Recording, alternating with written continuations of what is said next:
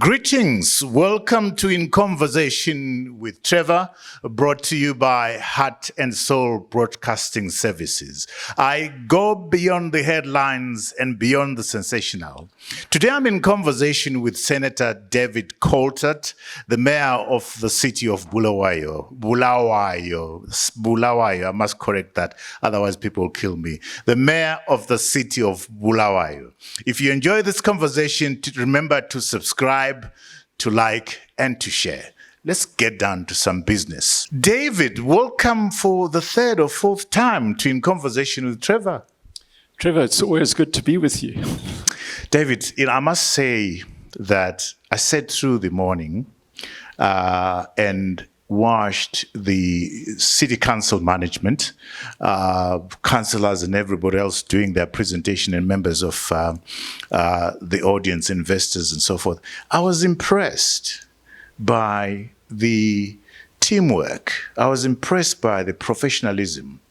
I'm impressed by the image that your team is projecting to investors. Talk to me about this. Well, wonderful things about our city is that for many decades, it has been well run. We've always prided ourselves in being the most efficient council, and that goes back even to the 1950s. But it applies to the last few decades as well, although we've had our difficulties as a city. Comparative to many other cities, it is well run. And I often say to the public, coming into this new role as mayor, I've been pleasantly surprised by the professionalism of many of our staff. What we've been trying to do in the last couple of years is build greater cooperation between councillors and management. We've introduced a couple of changes in terms of the way we run things.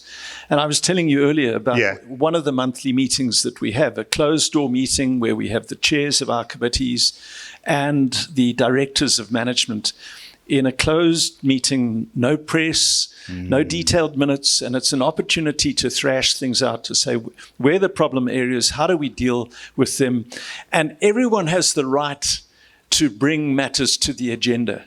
So we open it up, but we also try to install teamwork, and I think it's reflected in this conference. This conference was not initiated by me. It was, before you go there, so we are at Khumbulekhaya Investment Conference, a fantastic initiative. Talk to me about why this initiative. The message that I'm getting is we are open for business as the city of Bulawayo. I'm a Bulawayo boy, so I could do what I'm doing right now for free because I love the city of Bulawayo. Are you open for business? Absolutely, but not in the general way. We want to be very specific and go beyond mere words to ensure. But let me answer your question. So this came about primarily through our Business Development Committee, chaired by Councillor Mashlangu. I stress, I wasn't the one that initiated this. They did, along with our Business Development Officer, Mr. K. Moyo. And what you see here today is the fruit of their work. And it's an indication that, often the mayor gets all the attention, but I think it's a demonstration that actually at a lower level, we have people who have this city passionately at heart, who have a good level of competence, who are working together. To pull off a conference like this, you have to have that cooperation. And we're seeing the fruit of that today. But this is just the start. We've come to Harare, as I said in my opening remarks. We'd like to take this type of thing to Johannesburg or even further, because we realize that there's a lot of talent in the diaspora. People who love the city, with a passion. They were educated in our schools. They got to where they are now because of what the city gave them. And so we want to tap into that to say, now's your time to come and pay back, invest in our city. Let's take the city to a new level. Fantastic. I want us to go to some heavy lifting. The master plan, which I think has a lot of stuff in there that a lot of people have been talking about. Talk to us about the master plan.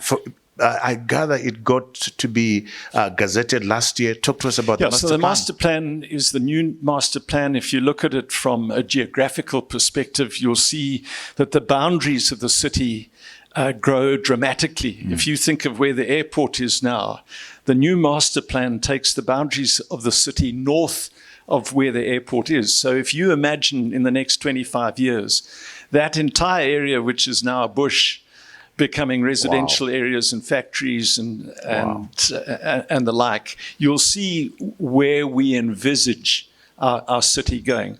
But of course, it's a lot more than just about geographical area. As we spoke about this morning, we're seeking to reimagine the city. We're not talking about necessarily taking the city back to the 1950s, where it was primarily known for large industrial operations. We would like to make use of AI and new technology. Smart seems to be one of the words in the pay line. Absolutely. But critically, tourism. Tourism is a huge expanding market throughout the world, with air travel and the like. But our city is terribly undermarketed. We have these unique attractions. And we believe that if we can promote other areas, new areas like that, using AI, tourism, that we can greatly expand renewable energy? Absolutely. We are looking at solar systems. We are working actively on trying to attract investment for a waste management facility that can convert plastic into energy, can convert plastic into aggregates used in roads and the like. We've got to move ahead. But looking at the program, I get the sense that you've identified problems that you're turning into opportunities, which present themselves as investment opportunities. The problems that you've had with water presents opportunities for investors. The problems that we've had with sanitation presents opportunities for investors. Road rehabilitation, opportunities for investors, and indeed investment itself. Talk to me, for you, as far as you're concerned, which one of these are the key problem areas that you're trying to solve? Well, water obviously is critical. Without water, you can't attract investors to a city. And unfortunately, Bulawayo is associated with water shortages. It's partly because of our region, but it's partly because we haven't invested in the physical infrastructures we need to. But we've made good progress in that regard.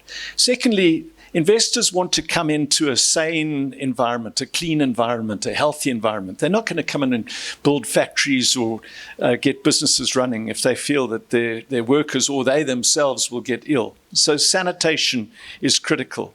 And tied into that, let me just dwell a bit on waste management and roads, the interconnect. You know, with new technology now and our pivotal position being the headquarters of the railways. I often use this example. Do you know that Sweden imports plastic waste from the rest of Europe?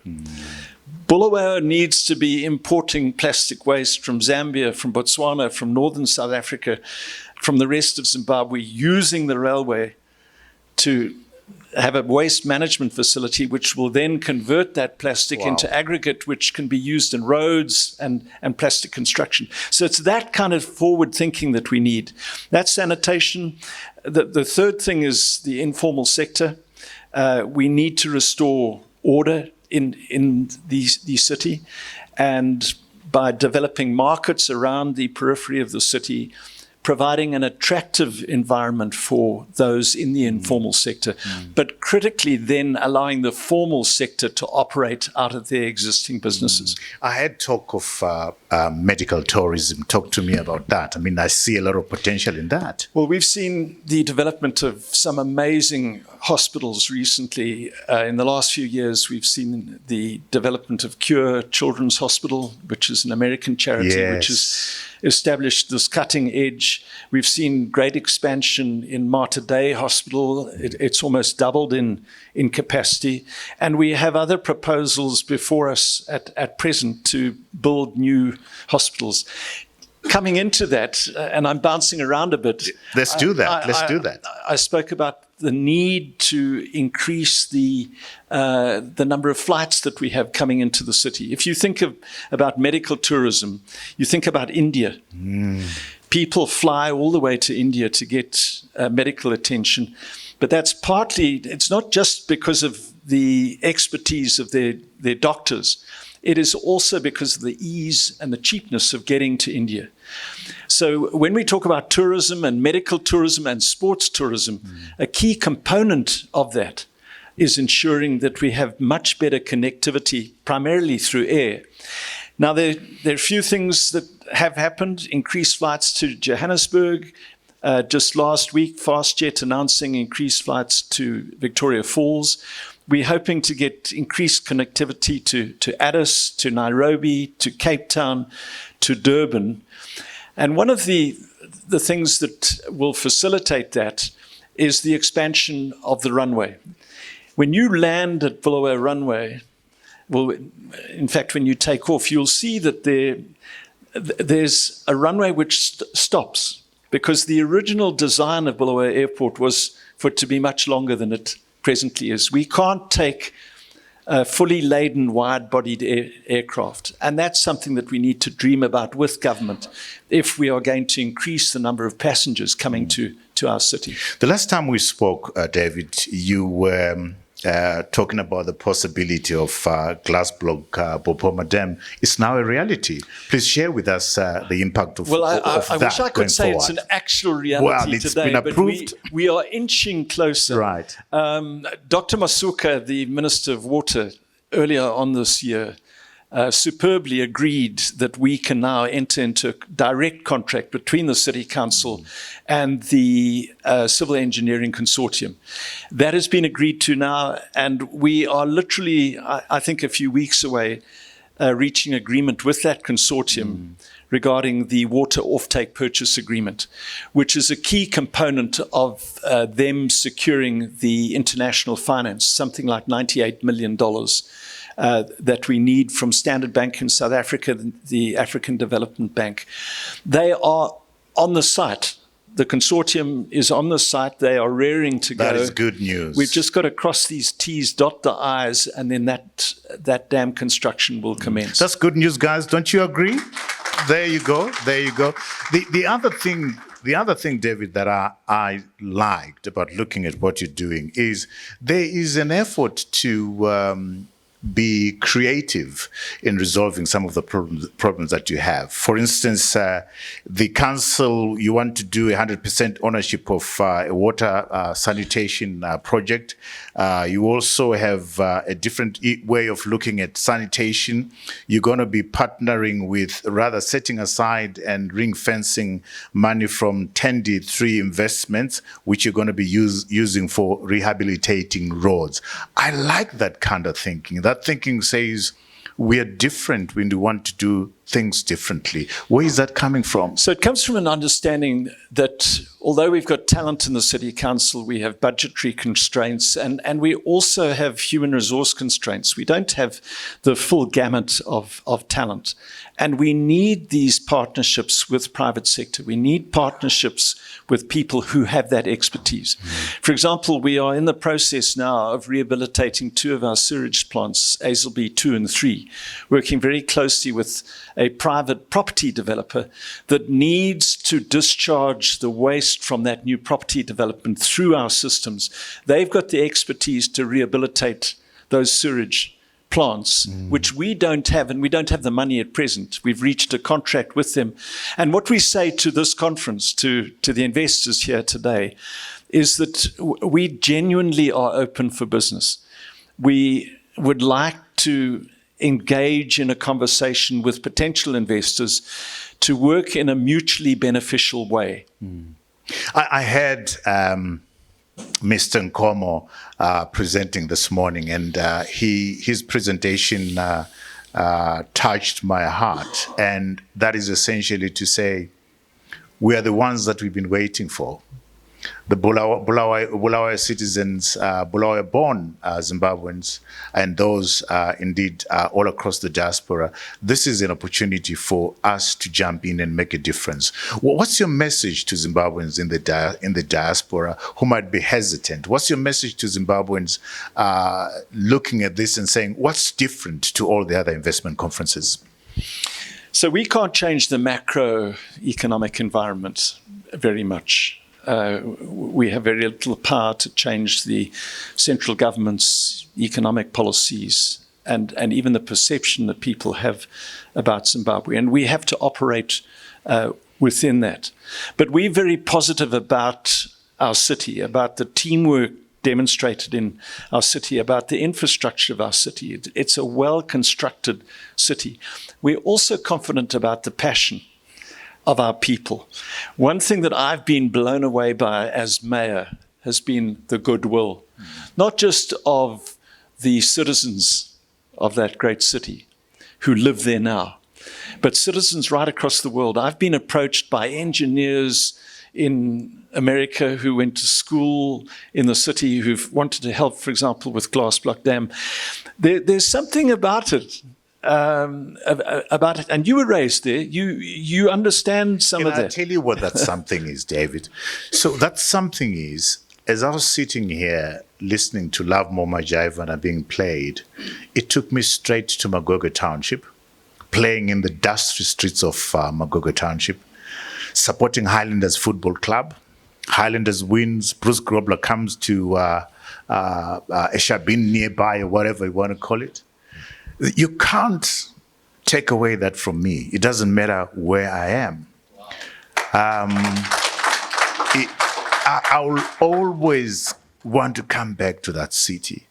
And so what you're doing is fantastic. It taps into that very rich seam of passion, of emotion. So I'm very excited about this. What is the icing on the cake? You've pulled my heartstrings. So let me come back to understand what gives it its soul. And you know, you can build a new city like Dubai out of a desert, and yes, it's got a vibrancy. But unless it's got a lot of depth, it doesn't have soul. And quite frankly, the depth of that city is unique. If you take the Metopus, the largest concentration of rock art going back thousands of years, and the passion that you see in that rock art, that's at the foundation. Then you go to Kami ruins, right on the boundary. There's no other city anywhere in Southern Africa with that ancient civilization right there. And then you've got the more recent history, the proud history of King Mzilikazi, the proud history of King Lobengula. That is what gives it soul and vibrancy. And it's reflected in the culture, in the art, and that's what makes it so attractive. And I must interrupt there, because you then go and refurbish this mayor's car. I mean, wasn't that beautiful? I mean, that's amazing.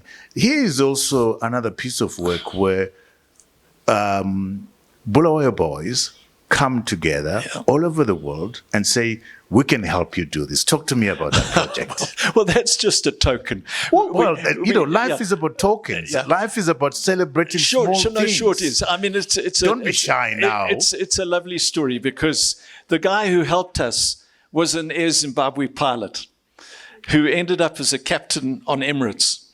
And I contacted him and I said, listen, we need these spare parts. This is an ancient vehicle. We'll only find them in Britain because that's where the vehicle was made. And he drove around Britain and found the parts. And we then found a mechanic. Isn't that a beautiful story? It's a lovely story. And our engineers within the council. And what I say, when I say it's a token, I say this is a picture of what we can achieve. Getting that vehicle running again didn't create a single job for anyone. It didn't help our sewage plant. But I see it as part of the vision for the future. We do these little things, and we're doing other little things. We want to fix up our clock and our fountain and get our youth centers working again. Because it's all a part of saying to residents, actually, this city can be a lot better than it has been. This city has a proud history, and we're going back to that history, and we're going to make it even better. I had somebody who actually, what he said, got me thinking that we used to say, and it says that in the age of renewable energy, smart thinking, and so forth, that's not the way we should be looking at. Is that what the city is doing? Are you running away from Ntutuzatu? I'm not sure that I understand your question about new technology. It's a matter of establishing a blend. You have to blend the old with the new. So let's come to tourism, for example. We have this incredible product. Okay. Rock art in the Metopus, King Mzilikazi's grave, the Lobengula's parade ground. That's the past, but you can't just rely on the past. You've got to use new technology to promote that, to market it well. You need conferences like this to persuade airlines to come. And when you get that blend right, then you start cooking with gas. All right. You sidestepped the question, but you ended up answering it. Great. The other thing that I'm fascinated about, the way you're going to deal with Richmond landfill site. Do you want to talk to me about that? I like, again, the different kind of thinking. Okay. So Ngozi Mine is one of our headaches. For those who live downwind of it, I've got colleagues here today who live in Cowdrey Park, and they have to deal with the toxic fumes that emanate from that. It is an absolute nightmare for us. But it's one of those things that if we are visionary, we can see that can utterly turn the city around. I spoke about it earlier. That site is very close to the Victoria Falls railway line. A short railway spur to that site would enable us to import plastic to that site.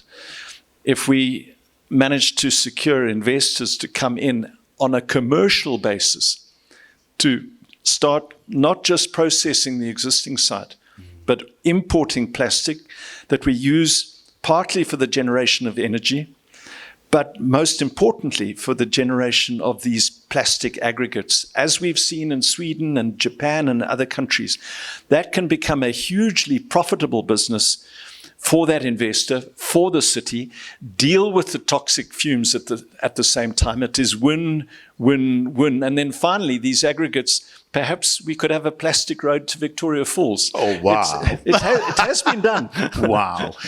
That's very interesting, Dave, because I was in Victoria Falls last week, and I was speaking to Mati Nyazema, who owns Mbano Hotel, and she says that the bad state of Victoria Falls Road is affecting tourism. So this point that you're making here is a very important point, David.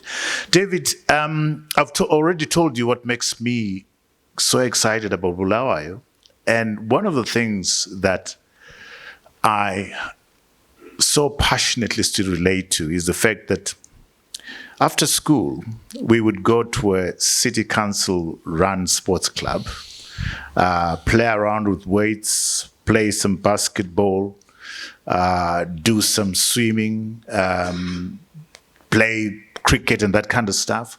Is this going to come back with what you're doing? Is this part of what you want to do? What you're doing? Well, let me not raise expectations in a way that would be unfair and unrealistic. I often say to people, this is a marathon, it's not a sprint. And we need to understand the gravity of the problems facing the city, their breadth and their depth. And this is one example. You've got these youth centers throughout the city. We've got 8 libraries, for example, across the city. The reality at present is that they're not running well. But it has to be part of our vision. We have to restore all of this and expand it and use modern technology to get the internet into those centers. But we're a long way off that. We've got to get these fundamental issues of water, sanitation, the informal sector working.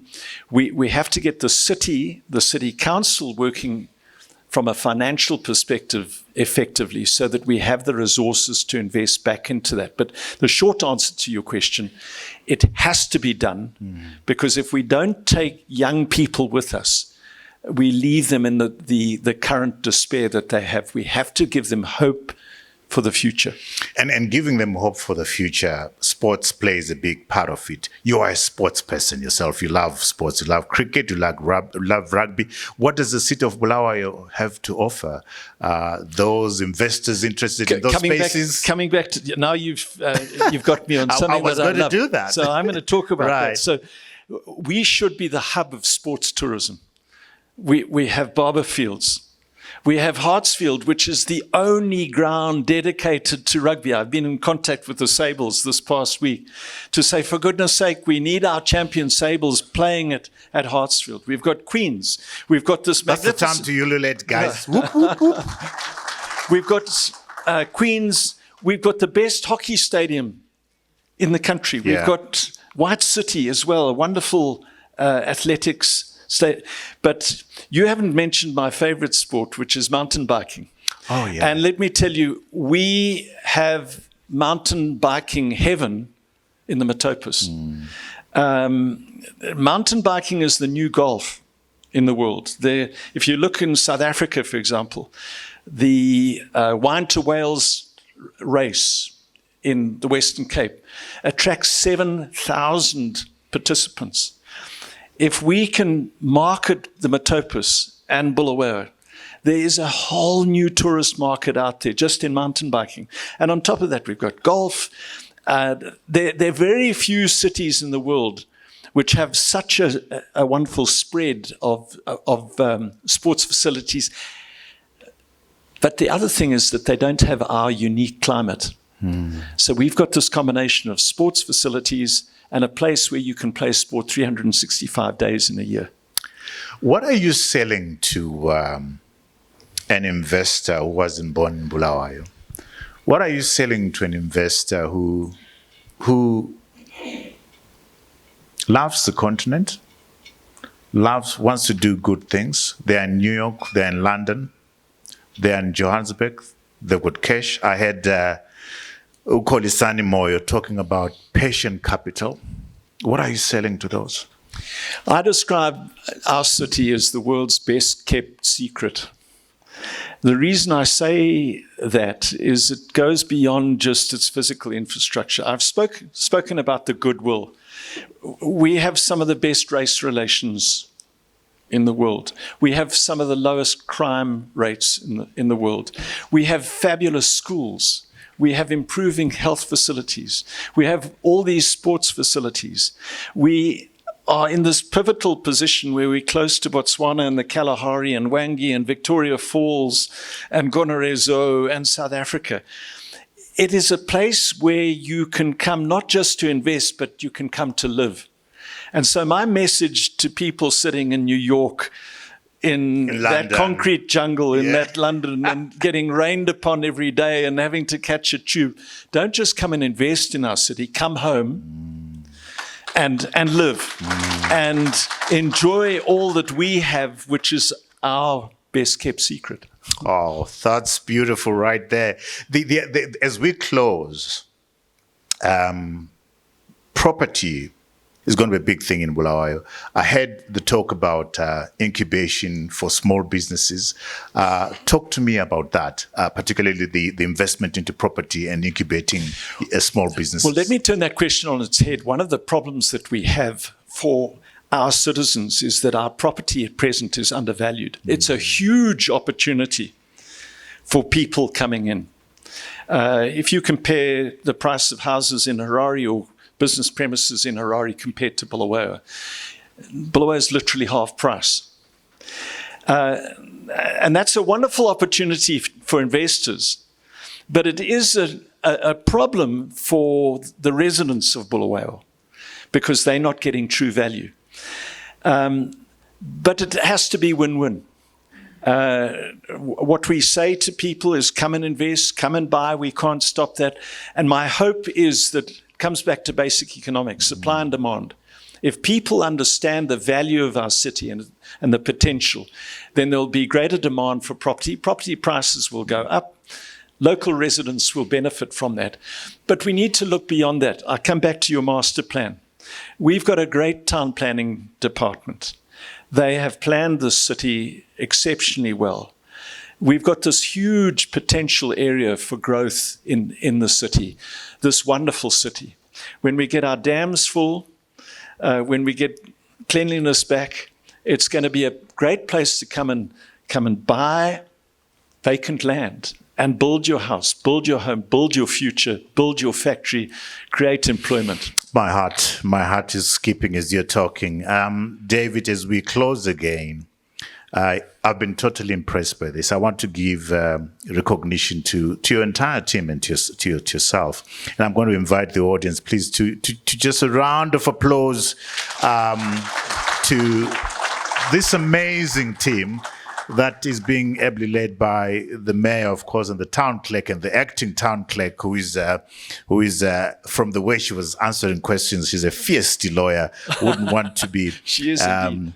And to Kolisa Moya, I did say, so well done for what you're doing. What's your final message? I'm going to give you 1 minute. Your final pitch, your 2 minutes pitch to both the Bulawayans and those in the diaspora, those in New York, and those in London. What are you saying to them? So my final pitch, and you see it from here, we're a team. We're a team working together. We are also proactive. We've come to Harare. We didn't just sit in Bulawayo. We came to Harare. We want to go further afield. We want to work with people. We realize the need for this synergy. It's not just us trying to do this on our own. We need others to come in. We will do everything in our power to ensure that the rule of law is respected, that we cooperate, that we make things as efficient as possible, and that we build a future together. Awesome. But I must ask you this before you leave, because if I don't, some people are going to kill me out there. Why Harare and not Bulawayo? Why didn't you hold this in Bulawayo and not Harare? Why did you not give the investors the opportunity to go around and sample the city? There are some economic realities out there. The fact of the matter is that most investment capital in the country resides in Harare. There is very little spare capital in our city. That is an economic reality. And the same applies further afield. If we look at Zimbabweans in the diaspora, those who are in Johannesburg, those who are in London and New York, they have a lot more capital than we do at home. What we need, I come back to the issue of synergy. We need those people in Harare who love our city, who've come from it, who are where they are now because of what that city gave them, to come back, work with us, and achieve this vision that we've been speaking about. Wonderful. Thank you, David. I think David Coltart, the mayor of the city of Bulawayo, Senator David Coltart, but I think everybody in this room here need to give themselves a round of applause, because it is you that are going to change Bulawayo. It is you that you've been waiting for to invest in Bulawayo rather than develop Bulawayo. So thank you so much for this initiative, Khumbulekhaya Investment Conference that you might be taking throughout the world. And we wish you all the very best in what you're doing. So at home and here in this conference hall, thank you so much for watching. Until next time, cheers to you all.